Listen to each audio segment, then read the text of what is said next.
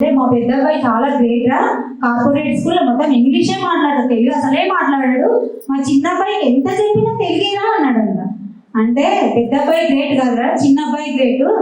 లేచినప్పటి నుంచి ఉదయం దాకా నమస్కారము అని పెడితే ఉదయం నుంచి సాయంత్రం వరకు ఒకటేసారి నమస్కారం.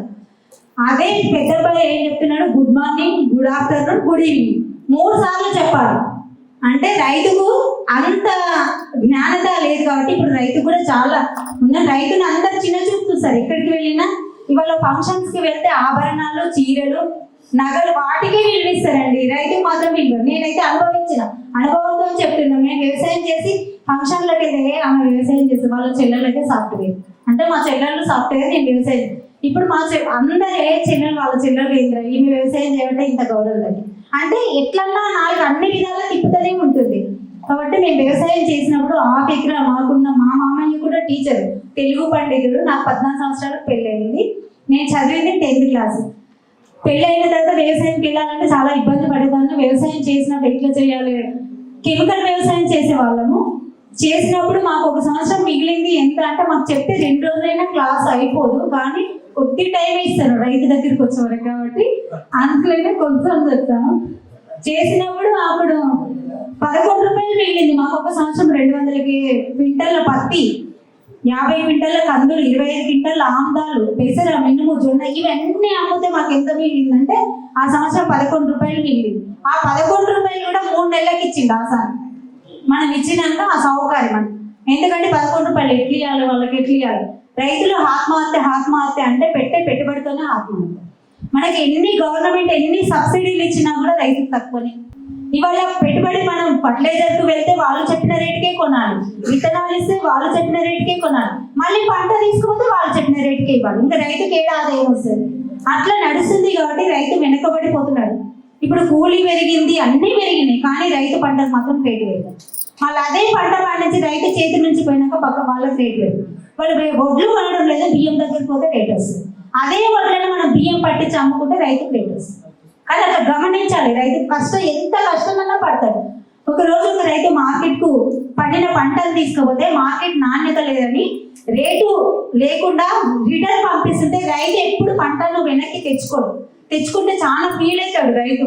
ఎందుకంటే ఆ పంటలో లోపం ఏముందో పక్క రైతులు ఏమైనా చేస్తుంటారు. అరే పలానా రైతు పంట రిటర్న్ తెచ్చుకుంటున్నట, రేటు రాక పంట పాడైందంట, పంట కుళ్ళిపోయిందంట అంట. కానీ పంటను వెనక్కి తెచ్చుకుంటే రైతు పీలియన్ వెనక్కి తెచ్చుకున్నట్టు ఫీల్ అవుతారు. కాబట్టి పంటను ఎప్పుడు ఎంత రేటు కడిగిన కూడా అమ్మేస్తాడు రైతుకున్న పెద్ద గొప్పతనం. ఎంత కష్టమన్నా పడతాడు, కానీ రైతు మాత్రం గిట్టుబాటు రేటుకి అమ్ముకోలేకపోతుంది. మేము అప్పుడు కెమికల్ వ్యవసాయం చేసినప్పుడు 11 రూపాయలు మిగిలితే ఇప్పుడు ఆత్మహత్య ఎట్లా చేసుకోవాలో అదే పరిస్థితి మాది.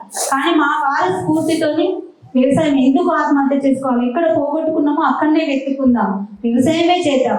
నేనైతే ఎక్కడున్న హైదరాబాద్ మా మేనమామ లెక్చరర్, మా చెల్లెలు అందరినీ ఏదైనా పని చేసి అక్కడ వెళ్ళి వద్దు మనం ఇక్కడే ఉండాలని. అప్పుడు ఉన్న పొలం మేము 8,000 ఎకరాలాగా పొలం అమ్ముకొని అప్పులు కట్టి, అప్పుడు ల్యాండ్ లైన్ ఉంటే ఎవరైనా ఫోన్ చేస్తే మాకు భయమే, అప్పులోనే ఫోన్ చేసి అమ్మ వాళ్ళు వచ్చి ఏం చేస్తారు తినడానికి బియ్యం లేకుంటే కూడా ఇబ్బంది, ఉపాసం పండుకొని కూడా మేము టీచర్ ఉండి కూడా అట్లా చేసి ఆ పొలం అమ్ముకొని అప్పులు కట్టి. మాకు ఒక పేపర్లో చిన్న యాడ్, పల్లి చేనుకు బల్లిపడ్డ తెగులు వస్తే దేశీ ఆవు మూత్రం స్ప్రే చేస్తే పల్లిపడ్డ తెగులు పోయింది అని చిన్న యాడ్ చదివి ఇట్లా ఆవుతో వ్యవసాయం చేయొచ్చు మనం అంటే. ఇన్ని సంచులో యూరియా డిఏపీలు వేస్తేనే పంటని పంట ఆవు మూత్రంతో ఎట్లా పండుతుంది అనేది ఒక డౌట్. చూద్దాం ఒక 1/2 ఎకరాతోనని. మాకు స్ఫూర్తి కూడా ఏవో గోవర్ధన్ అని, కేవీకే పాలెం వాళ్ళు చాలా మంది స్ఫూర్తి చేయండి రమణారెడ్డి, మీరు ఇట్లా చేస్తే బాగుంటుంది, ఇంత లాస్ అయింది, ఇంత ఇబ్బంది పడుతున్నా అన్నప్పుడు మేము ఒక దాత ఇస్తే దాన్ని పేడ మూత్రం ఊర్లో మంది అందరు ఆవు మూత్రం ఆపకు పేడతో చేసి వీళ్ళు ఎంత వ్యవసాయం చేసి పొలం అమ్ముకున్నారు. ఇంకా ఆవు మూత్రం పెండతో వ్యవసాయం చేస్తారండి. ఎట్లా చేస్తారో వీళ్ళు.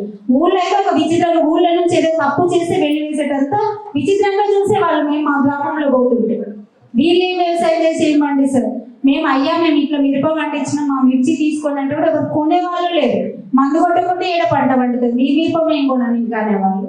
అట్లా నేను ఎక్కడ ఇట్లాంటి చిన్న చిన్న మీటింగ్లు పెట్టినా మేమిద్దరం భార్యాభర్తలు చేతి బ్యాగులతోనే 10 కేజీలు, 20 కేజీలు, 30 కేజీలు తీసుకుపోయి మేము అక్కడ ఒక స్టాల్ పెట్టుకొని అయ్యా 1/2 కేజీ తీసుకోండి, మీరు దాన్ని టేస్ట్ చేయండి, చేసిన తర్వాతనే మీరు కొనండి అని వాళ్ళని గీమ్లాడి ఇచ్చి వచ్చేవాళ్ళు. ఇవాళ మనం తోమే పేస్ట్ కలిసి తినే ఆహారం వరకు ఒక మనిషికి శరీరంలోకి రోజుకి 225 గ్రాముల కెమికల్ పోతుంది మన శరీరంలోకి. అంటే అది ఎవరు గమనించకుండా కూడా అన్ని చేస్తున్నారు. పేస్ట్ ప్లాస్టిక్, వేప పుల్లలు బంద్ అయినాయి, పొలం అసలే బంద్ అయింది. ఇవాళ ఏదైనా ఒక రాజకీయ మీటింగ్లు ఉందంటే క్యూ కట్టారు, రైతు మీటింగ్ అంటే ఎవరు. కాబట్టి అట్లా చేసుకుంటూ మేము అట్లా ప్రచారం చేసుకొని మా చేతులు కాయలు కాసినాయి. మేము ఎక్కడికైనా తీసుకొని పోయి అమ్ముకుంటే కూడా చాలా మంది విచిత్రంగా చూసేవాళ్ళు. అట్లా మాకు అమ్ముకోవడానికి మేము 2002 నుంచి ప్రకృతి వ్యవసాయం స్టార్ట్ చేసాం. కరోనా నుంచి మా గ్రామంకి వచ్చి మా మెటీరియల్ తీసుకోవడం జరుగుతుంది. లావణ్య రమణారెడ్డి అంటే ఎక్కడైనా 2 తెలుగు రాష్ట్రాలలో పేరు, ఏ రైతుకు ఫ్రీగా శిక్షణ ఇచ్చినా 10 మంది ఉన్నా కూడా మేము పోయి అయ్యా ఇట్లా చేయండి, ఇట్లా జీవామృతం, ఘనజీవామృతం.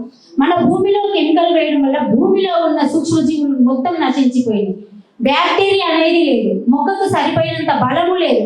కాబట్టి వర్షాలు ప్రకృతి సహకరించకపోయినా మనం ప్రకృతి వ్యవసాయం చేయడం వల్ల ఏంటంటే ఒక నెల రోజులు వర్షం రాకున్నా కూడా మన మొక్క పచ్చగానే ఉంటుంది. అదే కెమికల్ వేసిన వాళ్ళ పొలంకు వెళ్ళి చూస్తే వారం రోజులకు వర్షం లేకుంటే మొత్తం వాడు గట్టిపోతుంది. అంటే మనం వేసే జీవామృతం, ఘనజీవామృతం, ఈ పశువుల పేడ వల్ల భూమిలో నీరును నిలుపుకునే శాతం ఉంటుంది.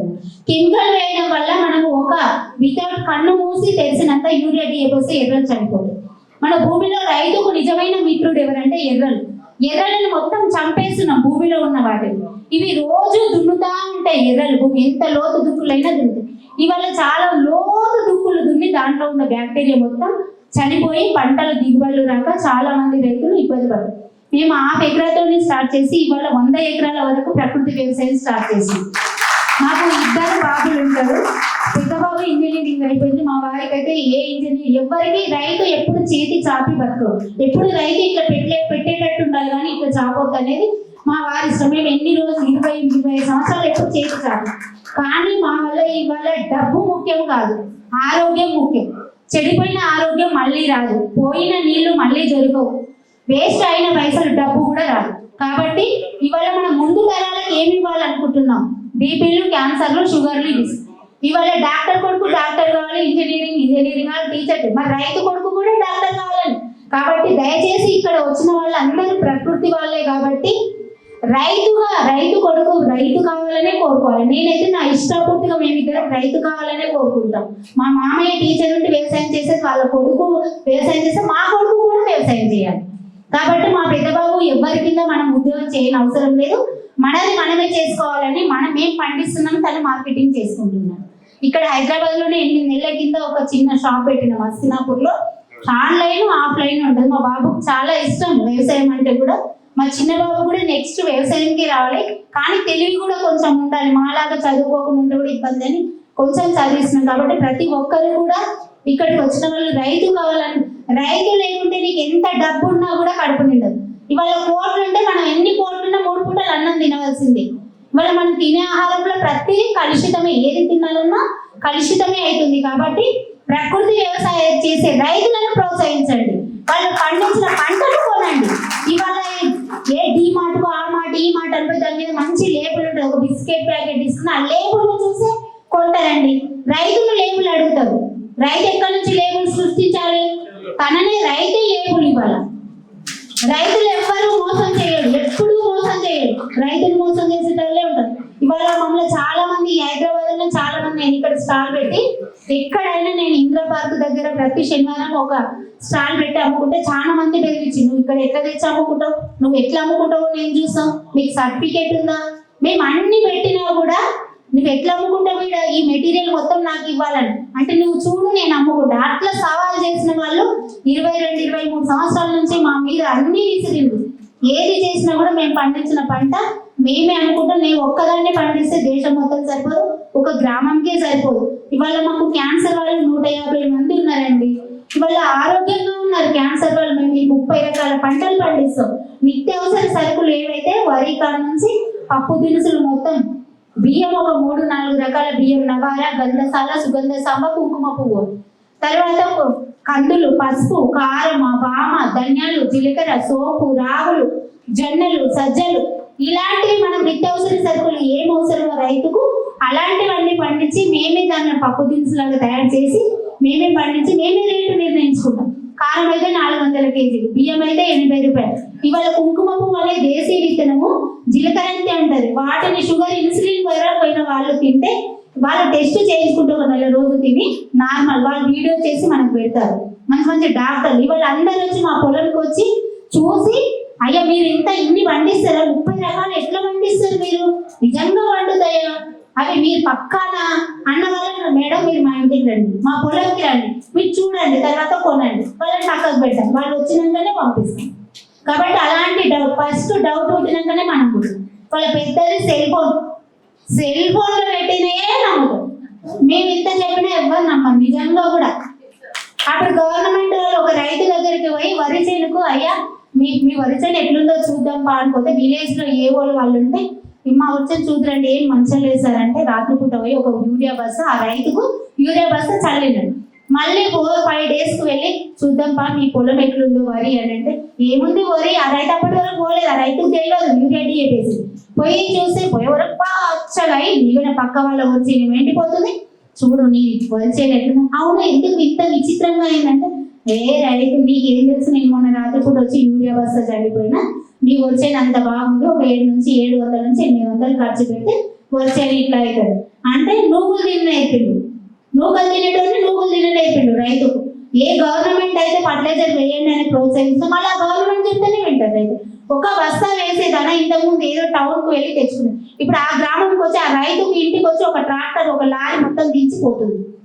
అంటే ఆ ఇబ్బంది లేకుండా పోతుంది. కాబట్టి 1 ఎకరాకు ఒక రైతు 80,000 నుంచి 1,00,000 రూపాయలు కెమికల్స్ ఫర్టిలైజర్స్ వాడుతున్నారు. అంటే ఇవాళ మనం ఆకలి అయినప్పుడు ఎక్కువ తింటే ఎంత ఆయాసం అవుతుంది. భూమికి కూడా ఒక బస్తా అవసరం ఉంటే 10 బస్తాలు వేస్తున్నాడు రైతు. అంటే రైతు క్లారిటీగా చెప్పేవాళ్ళు లేరు. పక్క వాళ్ళు 4 వేస్తే మనం 8 వేయాలి, వాళ్ళు 8 వేస్తే మనం 12. అట్లా పడుకుంటూ పోయి రైతు లాభం లేకుండా నష్టాల పాలవుతున్నాడు. కాబట్టి టైం లేనందుకు మేము ఏం చెప్తున్నాం, ఇక్కడ ఉన్న వాళ్ళు అందరూ ఎవరో ఒకరు మా కారపొడిని టేస్ట్ చేయండి ఒక్కసారి.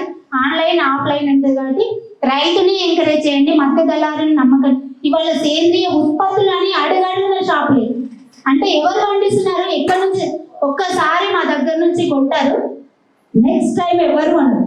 ఏదో ఒకటి వేస్తారు, కలర్ వేస్తారు, అది వేస్తారు, పూతగంధాలు చేస్తారు, పెడతారు. హైదరాబాద్ లో 4-5 షాపులు మా పేరు మీద అమ్ముకుంటుంటే మా బాబు పోయి నేను మాకు డిఎస్పీలు ఎస్పీలు వాళ్ళందరూ మా కస్టమర్స్, అరే రమణారెడ్డి గారు ఇక్కడ ఒక షాప్ ఉంది లావణ్య రమణారెడ్డి, అవార్డ్స్ ఇచ్చిన ఫోటోస్ వెంకయ్య నాయుడు కానీ సెంట్రల్ అవార్డ్స్ స్టేట్ అవార్డ్స్ ఇచ్చిన అవి పెట్టిందంటే, లేదు సార్ మాకు వాళ్ళు పరిచయం లేదంటే, మా బాబు పోయి మొన్న 3 days కింద పోయి కారంపొడి ఎక్కడంటే ఇక్కడే సార్ రంగారెడ్డి జిల్లా, ఎవరంటే లావణ్య రమణారెడ్డి, ఎక్కడ ఉంటుంది వాళ్ళ పొలంకి వెళ్తే జస్ట్ సార్ వాళ్ళకి ఒక 10-15 కిలోమీటర్ల దూరం ఉంది, వాళ్ళ పోయినాం వాళ్ళు ఇప్పుడు లేదు సార్, ఫోన్ ఎత్తారు వాళ్ళు, అసలు లిఫ్టే చేయరు సార్. అంటే లావణ్య రమణారెడ్డి వాళ్ళ బాబును నేను వాళ్ళ దగ్గర ఎక్కడ కొన్నారు చూపించండి మీరంటే అసలు స్టన్ అయింది.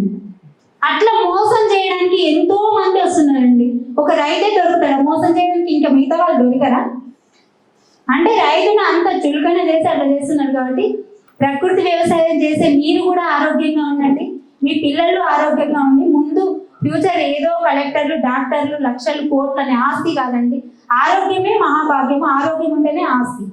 వాళ్ళ తల్లి బిడ్డ ఆరోగ్యంగా ఉంటేనే నెక్స్ట్ ఫ్యూచర్. భూమి ఆరోగ్యంగా ఉండాలి, భూమిలో పండిన పంట ఆరోగ్యంగా ఉండాలి, తిన్నవాళ్ళు ఆరోగ్యం. తల్లి తండ్రి ఆరోగ్యంగా ఉంటే బిడ్డ ఆరోగ్యంగా ఉంటాడు. ఎప్పుడైనా నువ్వు ఎన్ని కోట్లున్నా నీ కడుపు నిండదు. ఆస్తి ముఖ్యం కాదు, ఆభరణాలు ముఖ్యం కాదు, బట్టలు ముఖ్యంగా. బట్టలకు ఆభరణాలకు ఇచ్చినంత విలువ రైతుకి ఇవ్వండి. రైతు పండించిన పంట నేరుగా కొనండి. ఇక్కడ ఉన్న ఈ 10 మంది చాలండి, 10 మందితో ఇంకొక 10 మంది అట్లా స్ప్రెడ్ అయిపోతుంటది. కాబట్టి అందరూ రైతును సహకరించండి, రైతును మోటివేట్ చేయండి, రైతు దగ్గర పండిన పంట కొనండి. దయచేసి అందరికీ పాదాభివందనాలు. ఈ విషయం గుర్తించుకొని